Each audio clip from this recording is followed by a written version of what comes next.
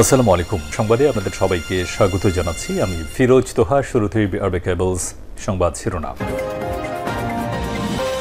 জানিয়ে দেব এই মুহূর্তে হাতে পাওয়া সর্বশেষ গুরুত্বপূর্ণ আপডেট বাংলা সংবাদ। শুরুতেই থাকছে নির্বাচনী রোডম্যাপের দাবিতে আন্দোলনে নামছে বিএনপি। দ্রুত নির্বাচনের স্পষ্ট রোডম্যাপের দাবিতে আন্দোলনে নামতে যাচ্ছে বিএনপি। আগামী বছরের জানুয়ারির মধ্যেই এ বিষয়ে সুস্পষ্ট রোডম্যাপ ঘোষণা না হলে ফেব্রুয়ারির প্রথম থেকেই কর্মসূচি শুরুর ইঙ্গিত দিয়েছে বিএনপি নেতারা। এর সঙ্গে দ্রব্যমূল্যের ঊর্ধ্বগতি, আইনশৃঙ্খলা পরিস্থিতির অবনতি সহ অন্যান্য দাবিও থাকছে। বুধবার জাতীয় স্থায়ী কমিটির বৈঠকে এ বিষয়ে নীতিগত সিদ্ধান্ত হয়। এবারে জানাবো সরকারের ব্যর্থতার বড় মাপকাঠি জুলাই আন্দোলনে শহীদদের খুনিদের বিচার করতে না পারা। বর্তমান সরকারের ব্যর্থতার সবচেয়ে বড় প্যারামিটার হবে জুলাই আন্দোলনে নিহত শহীদদের হত্যাকারীদের বিচার করতে না পারা। গত ১৬ বছর আমরা একটা স্বৈরাচার সিস্টেমকে চালু রাখতে সহযোগিতা করেছি, এ দায় আমাদের সবার। জানাবো রাজধানীতে ছাত্রদলের পদবঞ্চিতদের বিক্ষোভ। বিএনপির ভারপ্রাপ্ত চেয়ারম্যান তারেক রহমানের বিরুদ্ধে দায়েরকৃত প্রহসনমূলক সব মামলা নিঃশর্ত প্রত্যাহার এবং পতিত স্বৈরাচার সরকারের প্রধান শেখ হাসিনাকে ফাঁসির দাবিতে রাজধানীতে বিক্ষোভ মিছিল করেছে ছাত্রদল কেন্দ্রীয় সংসদের পদবঞ্চিত নেতারা। এবারে থাকছে বর্ষসেরা বাংলাদেশ। ইকোনমিস্টের এবারের বর্ষসেরা দেশের খেতাব নিজেদের করে নিয়েছে জুলাই অভ্যুত্থান পরবর্তী বাংলাদেশ। প্রভাবশালী ওই ব্রিটিশ সংবাদ মাধ্যম বলছে, ছাত্রদের নেতৃত্বে স্বৈরাচার হাসিনা সরকারের উৎখাত করবার কারণেই বাংলাদেশকে এমন স্বীকৃতি দেওয়া হয়েছে। এদিকে শর্ষায় ভিজিডি চাল ছিনতাই, স্বেচ্ছাসেবক দলের ৩ নেতার পদ স্থগিত। যশোরের শর্ষা উপজেলার বাগ আছড়া এলাকায় ভিজিডির ২০ বস্তা চাল ছিনতাইয়ের অভিযোগে উপজেলা স্বেচ্ছাসেবক দলের ৩ নেতার দলীয় পদ স্থগিত এবং শোকজ করা হয়েছে। এবং সর্বশেষ জানাবো আন্তর্জাতিক সংবাদ। আলহামদুলিল্লাহ, ইসরায়েলের তেল আবিবে ইয়েমেন থেকে মিসাইল হামলা, ১৪ জন আহত। ইসরায়েলের বাণিজ্যিক এবং কূটনৈতিক কেন্দ্র তেল আবিবে শনিবার ইয়েমেন থেকে ছোড়া একটি মিসাইল আঘাত এনেছে। এটি ছিল এক ধরনের বিরল ঘটনা, কারণ শহরের শক্তিশালী আকাশ প্রতিরক্ষা ব্যবস্থা মিসাইলটি প্রতিহত করতে ব্যর্থ হয়েছে। এতক্ষণ শিরোনাম শুনছিলেন, এবার বিস্তারিত। প্রিয় দর্শক, আপনি যদি এই চ্যানেলে নতুন হয়ে থাকেন, ভিডিওটি দেখতে দেখতে চ্যানেলটি সাবস্ক্রাইব করে আমাদের সঙ্গে থাকুন। আর এই ভিডিও সম্পর্কে আপনি আপনার মূল্যবান মতামতটি কমেন্ট বক্সে জানিয়ে দিন। আর হ্যাঁ প্রিয় দর্শক, জানিয়ে দিন ভিডিওটি কোথা থেকে দেখছেন। নির্বাচনী রোডম্যাপের দাবিতে আন্দোলনে নামছে বিএনপি। দ্রুত নির্বাচনের স্পষ্ট রোডম্যাপের দাবিতে আন্দোলনে নামতে যাচ্ছে বিএনপি। আগামী বছরের জানুয়ারির মধ্যেই এই বিষয়ে সুস্পষ্ট রোডম্যাপ ঘোষণা করা না হলে ফেব্রুয়ারির প্রথম থেকেই কর্মসূচি শুরুর ইঙ্গিত দিয়েছেন বিএনপি নেতারা। এর সঙ্গে দ্রব্যমূল্যের ঊর্ধ্বগতি, আইনশৃঙ্খলা পরিস্থিতির অবনতি সহ অন্যান্য দাবিও থাকবে। বুধবার জাতীয় স্থায়ী কমিটির বৈঠকে এ বিষয়ে নীতিগত সিদ্ধান্ত হয়েছে। এর মধ্যে দলটি ত্রয়োদশ জাতীয় সংসদ নির্বাচন ইস্যুতে অন্তর্বর্তী সরকারের প্রধান উপদেষ্টা ঘোষিত সম্ভাব্য সময়ের ব্যাপারে অসন্তুষ্টি প্রকাশ করেছে। পাশাপাশি নিত্য প্রয়োজনীয় দ্রব্যমূল্যের ঊর্ধ্বগতি সহ দেশে নানা অস্থিরতা নিয়েও উদ্বেগের কথা জানিয়েছে। এমন প্রেক্ষাপটে নির্বাচন এবং আন্দোলন ইস্যুতে নতুন কৌশল ঠিক করেছে বিএনপি। এরই অংশ হিসেবে চলমান পরিস্থিতি, নির্বাচন এবং মাঠের কর্মসূচির বিষয়ে মিত্র রাজনৈতিক দলগুলোর সঙ্গে ফের বৈঠকে বসছে। আজ থেকে বৈঠক শুরু হতে যাচ্ছে। সমমনা ফ্যাসিবাদ বিরোধী আন্দোলনে অংশ নেওয়া অন্তত ৫০টি রাজনৈতিক দলের সঙ্গে ধারাবাহিকভাবে বৈঠক হবার কথা রয়েছে। সংস্কার ও জাতীয় নির্বাচনের সময় নিয়ে রাজনৈতিক অঙ্গনে নানা আলোচনা সমালোচনার এই মুহূর্তে মিত্রদের সঙ্গে বৈঠকের তাৎপর্যপূর্ণ বলে মনে করা হচ্ছে। সংশ্লিষ্ট সূত্রে জানা গেছে সব তথ্য। এদিকে শুক্রবার লন্ডনে গেছেন বিএনপির স্থায়ী কমিটির সদস্য সালাউদ্দিন আহমেদ। সেখানে দলের ভারপ্রাপ্ত চেয়ারম্যান তারেক রহমানের সঙ্গে তার একাধিকবার সাক্ষাৎ হবার কথা রয়েছে। একটি সূত্র জানিয়েছে, সবকিছু ঠিক থাকলে চলতি মাসের শেষে উন্নত চিকিৎসার জন্য বিএনপি চেয়ারপারসন খালেদা জিয়ার লন্ডনে যাবার কথা। এর আগে সালাউদ্দিন আহমেদের লন্ডন সফরও অনেক তাৎপর্যপূর্ণ বলে মনে করছেন সংশ্লিষ্টরা। জানতে চাইলে লিয়াজো কমিটির সদস্য দলটির ভাইস চেয়ারম্যান মোহাম্মদ শাহজাহান বলেন, ফ্যাসিবাদ বিরোধী আন্দোলনে অংশগ্রহণকারী রাজনৈতিক দলগুলোর সঙ্গে শনিবার থেকে ধারাবাহিক বৈঠক হবে। নির্বাচন সহ সাম্প্রতিক বিষয়ে গুরুত্ব দিয়ে সেখানে আলোচনা হবে। সরকারের ব্যর্থতার বড় মাপকাঠি জুলাই আন্দোলনে শহীদদের খুনিদের বিচার করতে না পারা সার্জিস আলম। বর্তমান সরকারের ব্যর্থতার সবচেয়ে বড় প্যারামিটার হবে জুলাই গণ আন্দোলনে নিহত শহীদদের হত্যাকারীদের বিচার করতে না পারা।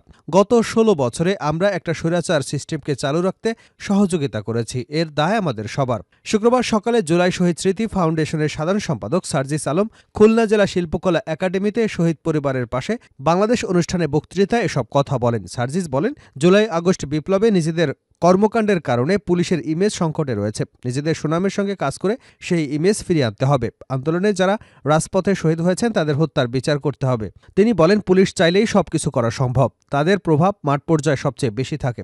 বাংলাদেশ সেনাবাহিনী কিছুদিনের জন্য হলেও সহযোগিতার জন্য এসেছেন, তারা আবার চলে যাবেন। পুরো বাংলাদেশে মাঠ পর্যায়ে আইনশৃঙ্খলা রক্ষা করবার জন্য পুলিশ যে ভূমিকা পালন করতে পারে আর কোনো বাহিনী সেটা পারে না। যাদের কাছে প্রত্যাশা সবচেয়ে বেশি তাদের কাছেই চাওয়াগুলো বেশি হয়। আমরা এখনো আপনাদের প্রতি আস্থা হারাইনি, আমরা আস্থাটা রাখতে চাই। পারবো কিনা সেটা আপনাদের কাজের মাধ্যমে প্রমাণ করতে হবে। তিনি বলেন, আমরা চাই আমাদের শহীদ পরিবারে যারা রয়েছেন সেক্টর একটা জায়গা থেকে তাদের দায়িত্ব দেওয়াটা খুব টাফ। আমরা তাও চেষ্টা করেছি, কিন্তু প্রত্যেক জেলা পর্যায়ে যদি প্রত্যেক জেলায় যেসব শহীদ পরিবার রয়েছে, আহত যোদ্ধারা রয়েছে, জেলা প্রশাসন এবং পুলিশসহ অন্যান্য স্টক হোল্ডাররা মিলে যদি তাদের দায়িত্ব আমরা ভাগ করে নিই, আমাদের জন্য তা সহজ হয়ে যায়। তাদের যোগ্যতা অনুযায়ী শহীদ পরিবার থেকে একজন করে হলেও চাকুরির ব্যবস্থা করি, আমাদের দায়িত্বগুলো সহজ হয়ে যায়। আপনাদের অনুরোধ করব, আপনাদের কাজের মধ্য দিয়ে আপনারা তাদের পাশে থাকবেন। তিনি আরও বলেন, আমরা আপনাদের কথা দিতে চাই, জীবনের বিনিময়ে হলেও এই অভ্যুত্থানের স্পিরিট রক্ষা করবার জন্য আমরা আমাদের সর্বোচ্চ চেষ্টা করে যাব। রাজধানীতে ছাত্রদলের পদবঞ্চিতদের বিক্ষোভ। বিএনপির ভারপ্রাপ্ত চেয়ারম্যান তারেক রহমানের বিরুদ্ধে দায়েরকৃত প্রশ্নমূলক মামলা নিঃশর্ত প্রত্যাহার এবং পতিত স্বৈরাচার সরকারের প্রধান শেখ হাসিনার ফাঁসির দাবিতে রাজধানীতে বিক্ষোভ করেছে ছাত্রদলের কেন্দ্রীয় সংসদের পদবঞ্চিতরা। বিকেলে নাইটিঙ্গেল মোড় থেকে শুরু করে ফকিরাপুল হয়ে নয়াপল্টন বিএনপির কেন্দ্রীয় কার্যালয়ের সামনে যে সংক্ষিপ্ত সমাবেশের মাধ্যমে বিক্ষোভ শেষ হয়। বর্ষসেরা বাংলাদেশ।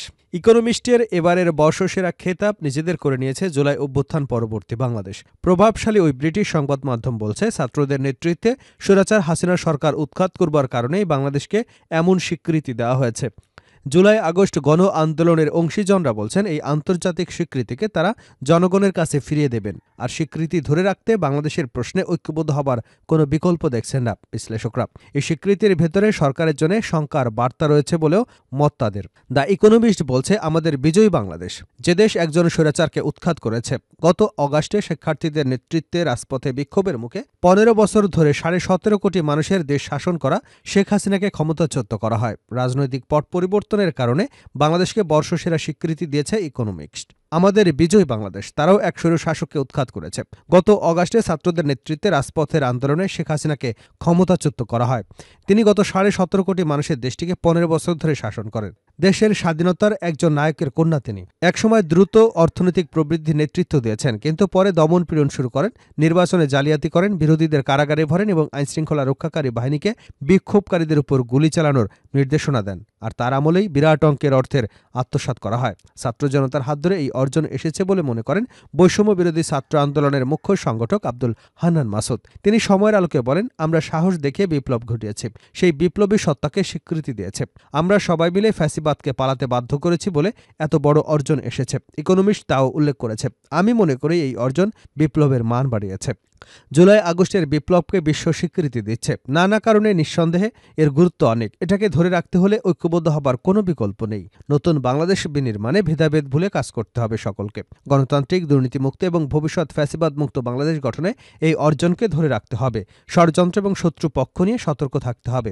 এক যুগেরও বেশি সময় রক্তক্ষয়ী গৃহযুদ্ধে সিরিয়ার মৃত্যু হয়েছে ৬ লাখেরও মতো মানুষ। স্বৈর শাসকের পতনের দাবিতে শুরু হওয়া সেই দীর্ঘ গৃহযুদ্ধের শেষমেশ অবসান ঘটেছে। স্বৈর শাসক বাশার আল আসাদকে হটিয়ে দেশটি শাসনভার গ্রহণ করেছেন বিদ্রোহীরা। সেই বিদ্রোহীদেরকেই টপকিয়ে ২৪-এর বর্ষসেরা দেশের মুকুট বাংলাদেশের। বর্ষসেরা দেশের তালিকা সংবলিত ইকোনমিস্ট প্রতিবেদনে বলা হয়েছে, সেরা ধনী, সবচেয়ে সুখী এবং নৈতিকভাবে শ্রেষ্ঠ স্থানের অধিকারী এমন সব বিবেচনায় নয়, বরং গত ১২ মাসে সবচেয়ে বেশি উন্নতি করেছে সেই বিচারে সেরা দেশ নির্বাচন করা হয়েছে।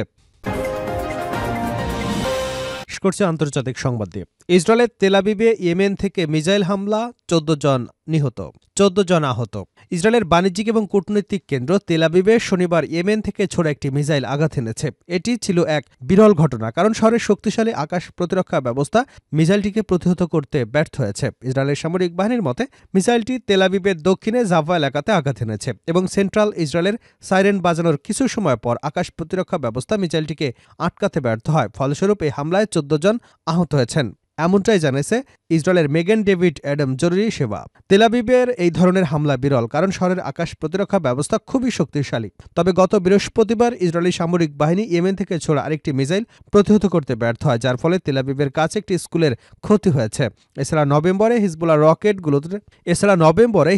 রকেটের খণ্ডাংশ তেল আবিবের একটি ভবনে আঘাত হানে এবং জুলাই মাসে ইরান সমর্থিত হুতি বিদ্রোহী গোষ্ঠী তেল আবিবে একটি ড্রোন হামলা চালিয়েছিল, যা ছিল শহরের উপর তাদের প্রথম হামলা। এই হামলাগুলি ইসরায়েলের নিরাপত্তা ব্যবস্থাকে আরও কঠিন করে তুলেছে এবং শহরের সুরক্ষা নিয়ে নতুন করে প্রশ্ন উঠেছে।